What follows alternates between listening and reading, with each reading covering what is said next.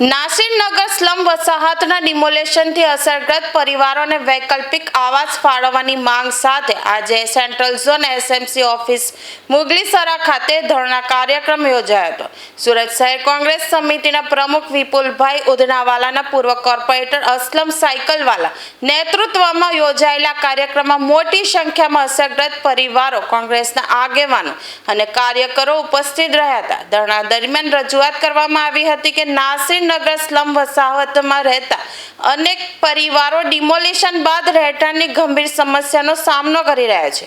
અસરગ્રસ્ત પરિવારોને યોગ્ય અને તાત્કાલિક વૈકલ્પિક આવાસ ઉપલબ્ધ કરવામાં આવે તેમજ તેમના પુનર્વસન માટે માનવતાવાદી અભિગમ અપનાવવામાં આવે તેવી માંગ કરવામાં આવી હતી.